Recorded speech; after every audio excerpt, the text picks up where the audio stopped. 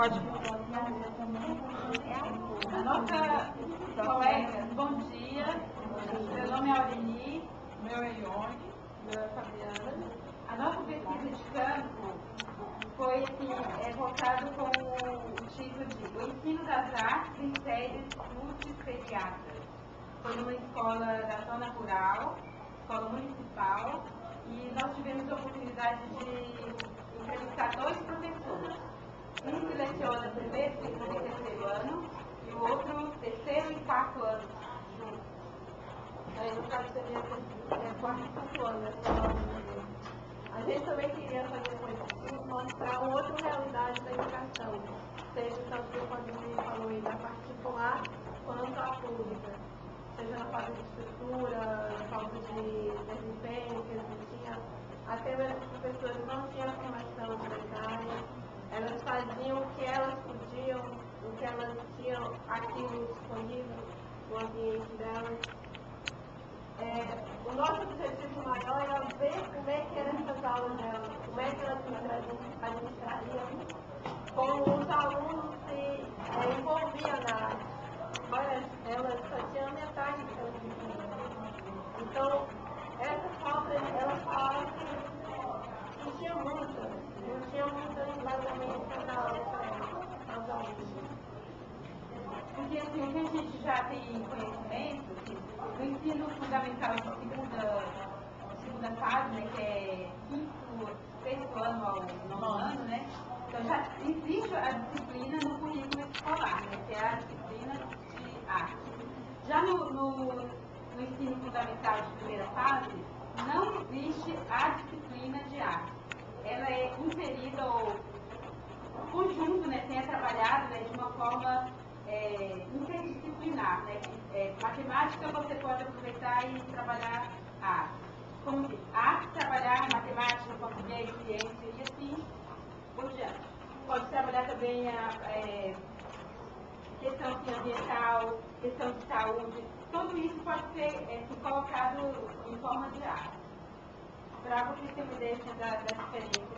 E assim, o objetivo também do nosso trabalho foi mais focado nisso também, né?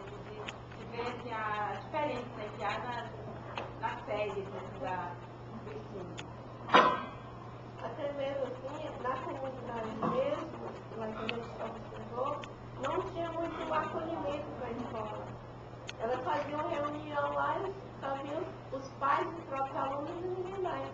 Elas sentiam assim, aquela falta que a comunidade tinha para elas. Ela ia lá dar aula para os alunos, cada um ia embora. Não tinha esse apoio da comunidade. Então, até mesmo tem uma pergunta que a gente fez para a Fernanda sobre essa condição que ela tinha. A professora estuda com vontade de revocação. Porque se não tinha um apoio da comunidade, se ela não tinha um material, um espaço físico para isso, como é que ela ia poder disponibilizar para os alunos? A gente queria mais era isso. Bem, em relação à observação da aula, mesmo com todos esses problemas, né, não tem muito recurso, né, uma sala simples, um filtro de barro no fundo da sala, um copo só para todos, a sala não tem uma boa estrutura, né, então você vê assim, muita falta de recursos, porque o professor ele fica sem opções, né? Mas o que eu percebi, né, com relação à observação, é que a aprendizagem ela acontece mesmo no meio da falta de recursos. Como? A gente percebe, né, segundo lá a teoria de Piaget, que a criança aprende errando. Então, durante a aula foi percebido crianças que começaram a fazer a tarefa, então ele sentia que a tarefa não estava correta, então ele ia lá, desmanchava, fazia novamente, né, tentando acertar. Então, eu fiquei assim, feliz nesse contexto, apesar de estar num ambiente que não favorável, mas com relação ao que a gente estuda, a gente preocupa muito, será que o que a gente estuda é real ou ele só está no papel? Então, essa era uma curiosidade minha. Será que o que nós estamos estudando fato eu constatei. Realmente acontece. A criança aprende errando, né? Outra coisa que eu achei interessante foi a professora citou que os alunos, quando estão desenvolvendo a tarefa, uns ajudam os outros.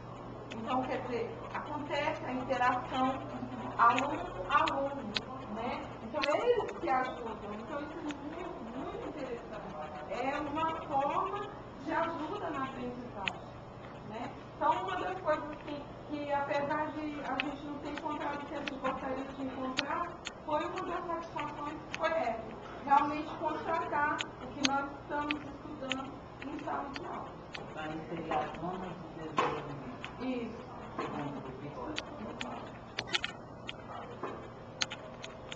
Então, uma coisa que eu queria citar também sobre a teoria, né, do Fallon.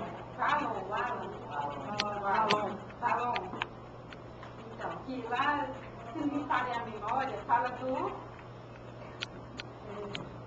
fala do ambiente físico, né, que deve ser favorável, né, ao desenvolvimento da aprendizagem. E o que nós observamos nessa escola, é que, na verdade, quanto à estrutura física, que... Não propicia nada. Nossa!